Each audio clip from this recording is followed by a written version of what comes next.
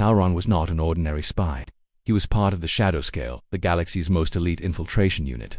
He had walked through black holes, stolen data from living computers, and escaped star-killing weapons. He had never failed a mission. Now, he was on Earth. He arrived quietly, in a human-looking ship, landing in the middle of a forest far from any city. His mission was simple: disguise as a human, observe their society, and find the truth behind Earth's deadly secret. Was it really humans who erased the fleet, or something else hiding on this strange world? He stepped out of his ship, his body shifting. His gray scales melted into soft human skin. His claws became fingers, his long tail folded into his back. In seconds, he looked like a young human male, about 30 years old, wearing a plain jacket and pants. He began walking toward the nearest town. At first everything looked normal. Children played on the streets, adults talked and laughed, cars moved on roads. Talron felt confused. These people were not warriors. They looked weak, soft, unaware of the galaxy's fear. Was this truly the species that scared an entire fleet into silence? But then he noticed something strange. A young girl sat on a bench, holding a toy. Her eyes followed Talron too perfectly, like she knew he didn't belong. An old man across the street stopped sweeping and just stared at him, not angry, not scared, just knowing. Talron continued walking. The town was called Black Hollow. It was small, peaceful, and too quiet. He passed a cafe and saw a sign: "Welcome visitors, but only if you're truly human." That was not a joke. It was a warning. He entered a library, hoping to blend in. Inside, a boy sat reading a large book. He looked only 10 years old, but his eyes were cold, too old for his face. Talron felt a strange chill as the boy glanced up. "Hello," said, trying to sound natural. The boy smiled. "You're not from here." Talron froze. "Excuse me, you're not human," the boy said. "Not inside, but you're trying very hard." "That's okay. We're used to watchers." Talron stepped back. "Who are you?" The boy stood up. His voice was calm, but something behind it felt ancient. "I'm someone who remembers. My name is Kalen, and I think it's time you meet the others." Before Talron could move, the boy raised his hand. Talron's mind filled with white light. When he opened his eyes, he was no longer in the library. He was standing in a large underground hall, filled with humans who didn't look surprised to see him. There were men, women, and even children standing in silence, eyes glowing faintly, like stars inside their heads. A woman stepped forward. Her name was Alira. She wore simple clothes but carried a presence that made even Talron's heart beat faster. "You've come looking for the truth," she said. Talron nodded, trying to stay calm. "Yes, what are you? What happened to our fleet? Who destroyed it?" Alira didn't answer right away. Instead, she walked over to a large wall made of black stone. She placed her hand on it. Symbols lit up, symbols Talron had seen only once before, deep inside an ancient ruin, older than any known race. "This world," she said softly, "was never meant to be a part of your galaxy. It was left here by those who came before. The builders, the watchers, they made Earth ... as a final test." "A test?" Talron asked. "Yes," Alira replied. "For you, for your kind, for all species. To see what you would do when you found something you couldn't control." Talron looked around. "So you're not human?" She smiled. "Oh, we are. But we're also more. Some of us were born with memories from before, from other lives. Some of us remember when stars were still being made. The rest of our kind, they will wake soon." Talron was shaking now. "You destroyed 10,000 ships." "No," Alira said. "We warned them. They fired anyway." Earth responded with mercy. "If we wanted to destroy your empire, you wouldn't be here." Talron stepped back. He realized the truth. These humans weren't evolving. They were awakening. Something buried deep in their blood, in their bones. Something the galaxy had forgotten and feared. "What will you do now?" Alira asked. "I have to report this," Talron whispered. "Then report the truth," she said. "Tell them Earth is not hunting anyone. But if anyone tries to hunt us again, they won't get another warning." She touched his forehead gently. His mind filled with images: planets burning, gods screaming, stars being born inside human eyes. Then darkness. When Talron woke up, he was back in his ship, far from Earth's orbit. The ship was flying itself, all systems working. But his heart was still racing. He opened a message channel to Commander Vexa. "They are not what we think," he said slowly. "They are not rising, they are returning. In the coldest place on Earth, beneath miles of frozen ice in Antarctica, something ancient began to stir. For centuries, humans thought it was just another part of the planet, snow and lifeless ice. But deep below, there was a structure not made by human hands. It was buried long before any city existed, long before humans even walked upright. Inside this frozen tomb, symbols glowed on the walls, symbols matching those found only in ancient ruins on other planets, ruins believed to be the work of the first ones, a race lost to time. And now, after thousands of years, the symbols were glowing again, miles above. In a hidden facility known only to a few world leaders, alarms started to ring. A scientist named Dr. Lena Voss stared at her screen in disbelief. The ice was cracking fast, something was moving beneath it, and it wasn't a natural quake. "Run a scan," she shouted. Her assistant's voice trembled. "It's not just movement. There's energy, massive energy coming from under the glacier. Like a machine waking up." Dr. Voss turned pale. "Get me the Guardian protocol files now." Back in orbit, Commander Vexer received the transmission from Ta. The message was short, but it changed everything.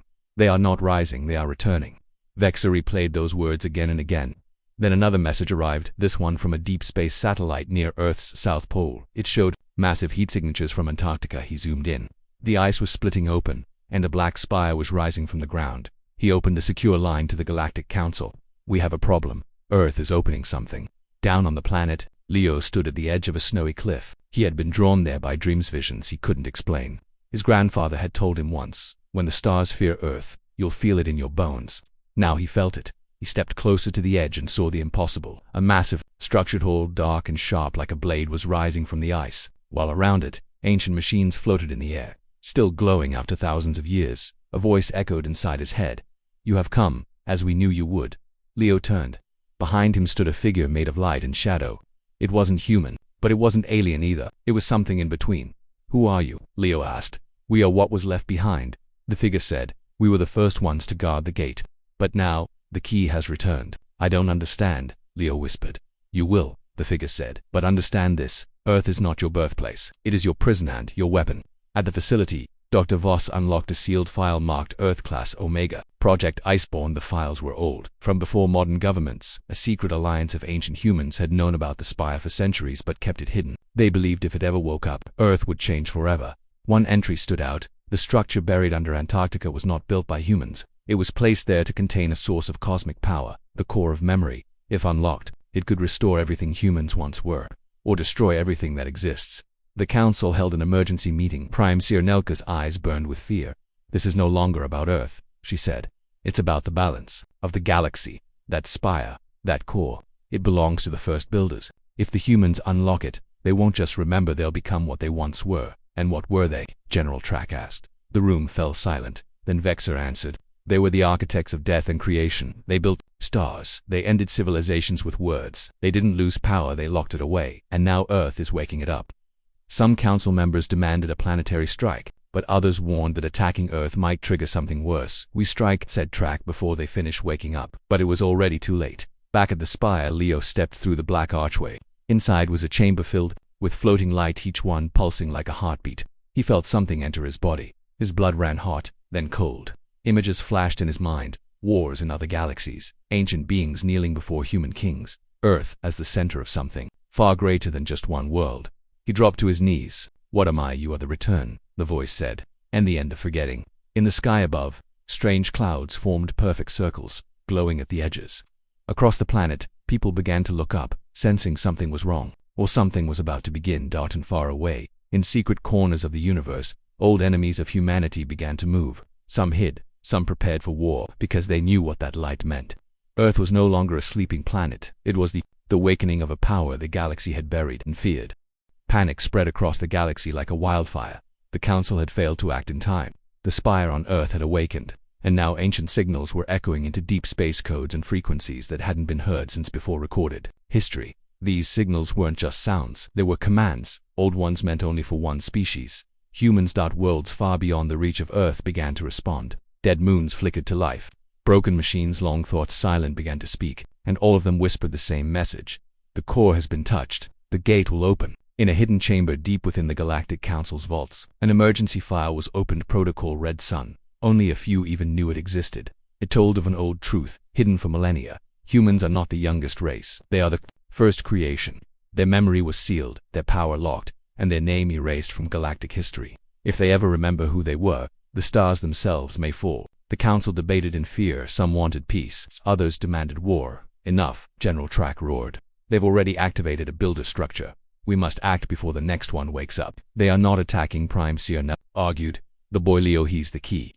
He didn't open the gate with force. He was called. The planet itself chose him."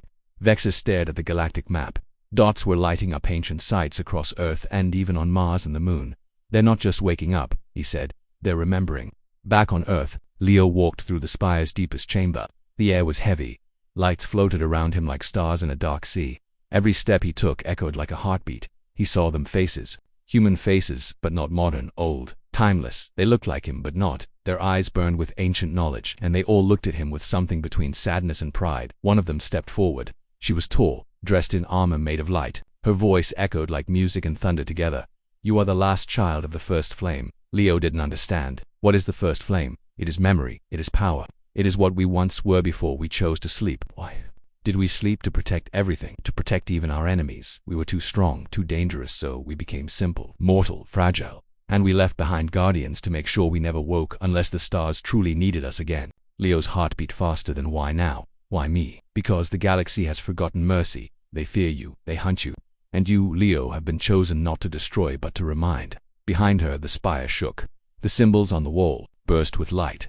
And far away, across the galaxy, enemy fleets began to move. The Graldan warlords launched a secret weapon toward Earth, a sun-killer missile that could burn an entire planet to dust. It moved silently, through deep space, faster than any ship.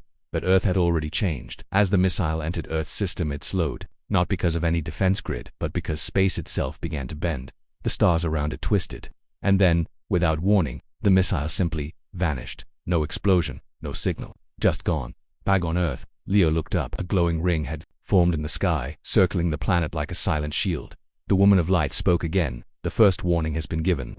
In the council chamber, alarms screamed. We lost the sun killer, one officer shouted. It didn't fail, it disappeared. Vexa turned pale. It's starting. Earth is activating the last layer. Prime Seer Nelka closed her eyes. The next move is ours, but it will be our final one. Either we accept what Earth is becoming, or we prepare to face something that once ended empires with a whisper. General Track stood, rage in his eyes. Then let them come. I won't bow to a forgotten species. But Krex, the old warrior who once escaped Earth, spoke up from the shadows. His voice was quiet but powerful. You think Earth is asking you to bow, he said. You fool. Earth hasn't asked for anything. It's not offering mercy or war. It's giving a warning. One last warning. All across Earth, strange events began to happen. People who had lived normal lives suddenly began to dream of stars and wars they never knew. Children drew pictures of galaxies that didn't exist on any map. Old ruins glowed, and machines no one could explain began to work again. Humans everywhere were waking up, not just physically, but in their minds. And above all, the message echoed louder. We remember who we are. Leo stood at the highest point of the spire. The sky above him was full of stars, but he could feel them differently now. He knew their names, their histories, their fears. He raised his hand. And the stars blinked, not in fear, in recognition. The galaxy would have to decide. Attack Earth and face the return of the first ones, or listen to the warning, because Earth was no longer just a planet. It was the memory of a forgotten god. The stars were no longer quiet. From one edge of the galaxy to the other, signals moved through space codes in forgotten languages, warnings wrapped inside light. Every major race, every empire, every fleet knew what was happening. Earth had awakened, not with violence but with memory. But memory, in this galaxy, was more dangerous than any weapon. Commander Vexer stood on the command bridge of the flagship. Ravager's edge in front of him, a hologram showed the Earth still blue. Still peaceful, but now surrounded by invisible waves of power. His hand trembled. They haven't fired anything, he said slowly. They haven't sent threats. But every day their signal grows stronger. Behind him a technician whispered, Sir, the humans, they're changing. Vexer turned. What do you mean? Across their planet, people are remembering things they shouldn't know. Children who can solve star code formulas. Farmers who can control machines with thought. They're not becoming something else. They're becoming what they used to be. Vexer stared at the screen. How long before they reach full memory? Unknown, sir, but it's spreading faster. Every hour. At the Galactic Council, panic had turned to fear and fear into desperation. Some demanded immediate war. Others begged to send diplomats. But the ancient record keeper, Master Olin, stood and spoke the truth no one wanted to hear. Earth was the first throne. When humanity ruled the stars, they did not destroy, they created, they taught. But when the galaxy turned against them, out of fear and jealousy, they sealed their own power. They became simple, they became us, and now they are waking, because we have repeated the same mistake. A deadly silence followed. Back on Earth, Leo stood at the heart of the spire. Around him the glowing lights had become images. Floating in the air like living ghosts, he saw humans flying without ships, moving planets with thought, building stars with music. He saw cities across galaxies, led by humans not as tyrants, but as protectors. And then, he saw the betrayal. The Council of Lesser Races had feared them. The humans didn't fight back. They chose sleep. They chose to forget. But Earth never forgot. The planet had waited and watched, and now Leo understood. He was not a chosen one. He was simply the first to remember. Others would follow, millions, maybe billions. Illyra appeared beside him, the woman made of light. You are ready, she said. Leo looked at her, ready for what? To choose. Earth will not attack. But if the galaxy forces it, the core will rise. Leo hesitated. Is it really that powerful? Illyra nodded. The core does not destroy stars. It rewrites them. It can erase the past, create a future, or end everything. It is the final truth of Earth, our gift and our curse. Just then, a bright light appeared in the sky. It was a fleet in thousand warships surrounding Earth. The Galactic Council had voted. They were afraid, and they were ready to strike. Leo stepped outside the spire, walking to the highest peak. His voice spoke through the old machines, his words broadcast across every channel in the galaxy. This is Leo, speaking for Earth. His voice was calm, strong. We did not ask for war. We did not ask to wake, but your fear has forced us to remember. You tried to erase us from history. Now we are history's return. The sky flickered. Energy from the core rose like smoke into space. Every ship's weapon systems went dead. Shields collapsed. Engines froze. The war had ended before it began. Inside every alien ship, a message appeared on the screen, just words, written in the ancient star code. Stand down. Vexor watched in silence. This isn't war. It's judgment. Then something unexpected happened. Earth didn't attack. Instead, the lights faded, the spire dimmed, and Leo's voice spoke again. We do not seek revenge. We offer a second, for chance to remember who we all were before fear ruled us. The core will sleep again, but not forever. Watch your choices, because next time Earth may not wake gently. Then the signal ended. All across the galaxy, people looked to the stars differently. Not with pride, but with respect and fear. On Earth, Leo sat at the edge of a quiet field, watching the sun rise. Illyra sat beside him. They were lucky, she said softly. Leo nodded. Yes, but so were we. Will the galaxy ever accept us?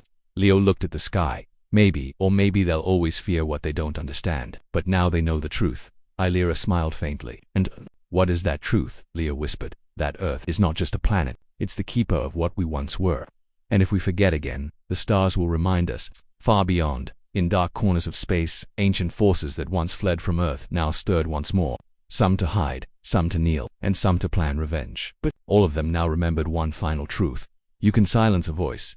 You can bury a planet. But you can never erase a memory strong enough to shake the stars. And Earth's memory had just begun to return. It was a cold, empty part of space. Stars hung like tiny lights in the darkness. There was no sound, no movement, only silence. But something had just happened here. Something no one could explain. Commander Vexor stood inside the control room of the Zarkan Empire's listening station, staring at the screen. His crew was silent. The screen showed the last known position of Fleet Unit 12, one of the strongest battle groups in the galaxy. 1 minute, the fleet was sending signals near a small blue planet called Earth. The next minute, nothing. Number. Signal, no video, no ship, no life. Play it again, Vexor said. The technician pressed a button. The screen flickered. A message appeared. It was the last thing the fleet ever sent. Static noise, a brief scream, and one single word run. Then the screen went black. Vexor's yellow eyes narrowed. How can 10,000 ships disappear, without a fight, without a trace? We believe the signal was cut by an unknown force near Earth, the technician said quietly. There were flashes, strange energy waves, but no damage reports. They were just gone. Another officer stepped forward. Commander, permission to send a scout drone to Earth's orbit. Vexor thought for a moment. He had fought in many wars. He had seen powerful weapons in deadly worlds. But something about this felt different. Too quiet, too clean. It wasn't war, it was a message. Yes, he said. Send the drone, and alert the High Council. The drone launched within minutes. It was fast and small, designed to avoid detection. As it reached Earth's orbit, its cameras began scanning. The planet looked peaceful: blue oceans, green forests, glowing cities, nothing dangerous. But then something strange happened. The drone systems began to fail. First the video feed turned red. Then the temperature sensors showed freezing cold, even though Earth's side was facing the sun. Finally, the camera captured something just for 1 second. A tall human figure, standing in the sky, with glowing eyes and a faint smile. Then, the drone exploded. No weapon fired. No missile hit it. It just vanished in a burst of light. Back at the station, Vexor stared at the screen again. What was that? He asked. Unknown. Possibly a human, the technician replied. But that's impossible. They can't fly. They can't survive in space. They're not supposed to, Vexor said. But neither are they supposed to destroy a fleet of warships without a sound. A soft voice came from behind them. I warned you before. It was Krex, an old bounty hunter with a broken metal arm and one eye. He had served the Empire once. But now he was just a drunk who told strange stories. Don't start again, Krex, Vexor said. But Krex didn't back away. He pointed at the screen. You don't know Earth. I've been there. I saw things that shouldn't exist. I watched a human burn a ship by touching it. I saw a boy stop a bullet with his hand. I escaped, but just barely. Vexa raised an eyebrow. You expect me to believe that? I don't care what you believe, Craig said. I care that you listen. Earth is not what it seems. It hides something old. Something even the first empire feared. And now it's waking up. For a moment no one spoke. Then an alert flashed on the screen. Unknown energy detected in nearby sector. Earth-related anomaly expanding. Vexa felt something he hadn't felt in years. Fear. He turned to his crew. Send a long-range message to the Galactic Council. Tell them what we know, and order complete silence around Earth's zone. No ship goes in, no signal goes out. And, if they ask why, an officer asked. Vexa looked at the screen. He remembered the scream. He remembered the word. Run. Tell them the truth, he said. Earth didn't just destroy a fleet. It sent a warning. Far below, on the surface of Earth, a child looked up at the sky. Her eyes glowed softly for a moment. She smiled as if she heard everything. Then she whispered, "They're watching us. Good, let them." And the wind blew through the trees, carrying a silence that wasn't peace. It was the calm before the storm. The Galactic High Council gathered inside the Crystal Dome, the most secure chamber in the entire galaxy. Leaders of over 50 alien races sat around a glowing table, watching the report from Commander Vexa. The room was quiet as the last. Transmission from Earth played again, the flash of light, the scream, and then silence. When the screen went black, no one spoke for several seconds. "It was not a weapon," said Chancellor Vorak of the Clithan Empire, his voice shaking slightly. "No energy spike, no missiles, no plasma readings, just ... disappearance." General Track, a four-armed warrior from the Grolden Warlords, slammed a fist on the table. "We are talking about humans. Primitive, weak. They have no fleets, no interstellar weapons. How can they destroy one of our strongest battle groups without firing a single shot?" "They didn't destroy," whispered Prime Seer Nelka of the Mindweavers. "They erased. The ships are not dead, they are gone." A new report flashed on the dome's display. Earth status, peaceful. Threat level, unknown. Warning, signs active. The Council had only seen warning signs active once before, thousands of years ago, just before the fall of the First Galactic Empire. An old voice spoke from the shadows. "You ignored the signs." Everyone turned. It was Krex again, standing beside one of the guard towers. No one knew how he got inside. "I told you before," he said, walking slowly toward the table. "Earth is not sleeping, it's waiting. The humans, whatever they are now, they're changing." The Chancellor frowned. "You said you've been there. Tell us what you saw." Krex nodded. "Years ago I chased a target to Earth, a human criminal named Rayon. I landed in a desert city dry, simple, backward, but the people, they were different. One man stood in front of my ship. He had no armor, no weapons, just eyes full of fire. When I stepped out, he said, 'Turn back. This is your last chance.' I laughed. Then my ship melted behind me without even being touched." Gasps echoed in the chamber. "I ran," Krex said. "And I never went back. But I've been watching. And I've seen it in the transmissions. Humans are unlocking something. They're becoming more than just soldiers, more than just survivors. They are remembering what they are." "What do you mean by remembering?" asked General Track. Krex looked around the room, his face serious. "Earth is not just a homeworld, it's a vault, a cage. And the humans, they are the key. Something ancient sleeps under that planet and now it's waking." The Council was silent again. Then Prime Seer Nelka stood and walked to the center of the table. She touched her forehead, her skin glowing faintly. "I will see into the past," she whispered. "I will search the ancient layers of Earth." Everyone watched as her mind connected to the galactic memory grid. Her body trembled, her eyes turned white.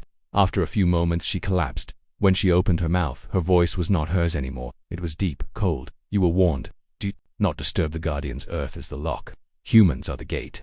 Then her voice returned to normal, and she fainted. Panic spread in the chamber. Leaders began arguing. Some wanted to send a peace envoy, others demanded full invasion. But all of them were afraid. Meanwhile, far away, on Earth, in a hidden mountain valley, a young boy named Leo was walking with his grandfather. They stopped near an old cave. "Grandpa," Leo said, "why do I feel heavy here?" His grandfather smiled gently. "Because you're close to the heart." Leo frowned. "The heart of what?" "The heart of what we used to be," the old man whispered.